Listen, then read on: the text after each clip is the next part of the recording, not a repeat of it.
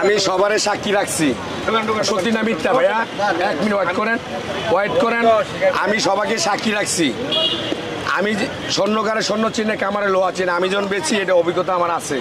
যদি আপনি আমার কাছ থেকে কিনেন, আমি কাটবো, আপনার যদি পছন্দ হয় আপনি নিবেন, আর পছন্দ না হলে রাইখে দিব। পচা হইলেও রাইখে দিব, সাদা হইলেও রাইখে দিব। সে বলছে আমি পছন্দ করে নিব, আপনি পছন্দ করে নিলে ব্যাগে ভরে দিব, আর আমি পছন্দ করে দিলে কাইটে দিব। সে বলছে না আমি কাইটেই নিবো, আমি পছন্দ করে সাদা হইলেও নিবো। সমস্যা কি? সত্যি না ভাই? ঠিক আছে বলছি, হ্যাঁ সত্য কথা, আমাদের সামনে কথা হয়েছে। ঠিক আছে, বুঝছেন? আচ্ছা আগুন ভাই একটু কথা বলি। এখন উনি এটা বেছে নিছে, উনি বলছে সাদা বের হলো উনি এটা নিবে, পচা হলে এটা ফেরত, পচা হলে আপনার দায়, ডাবল জরিমানা দিবেন।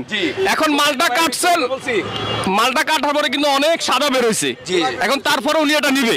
আর আপনি কাটলে যদি সাদা বের হতো তাহলে আপনি আরেকটা দিতেন, আরেকটা পাল্লা দিতাম আমি, আগুন দেখে দিতেন। মাল এটা খাইতে পারবো, এটাও মাল মিষ্টি, মানে আপনার বাইলে হয়ে গেছে, কিন্তু আপনি কাটলে তো উনি এটা নিত না। আমি যদি কাটতাম সে নিত না, সে বলতো কি জানেন, সাদা বলতো এটা খাইতে পারবো, লাল মিষ্টি খাওয়া দেয়।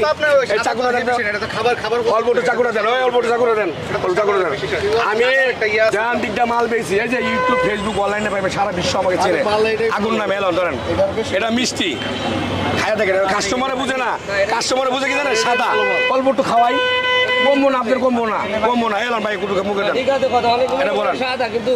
আমি গ্যারান্টিটা মাল বিক্রি করি, সারা বিশ্ব আমাকে চিনে ভাইয়া। ধরেন সত্যি না মিথ্যা ভাইয়া? কিন্তু আপনি অনেকবার না করছেন, আপনি পছন্দ করে দিবেন, উনি বলছেন আমি এটাই নিব, সাদা হোক উনি নিবে, পচা হইলো আমার।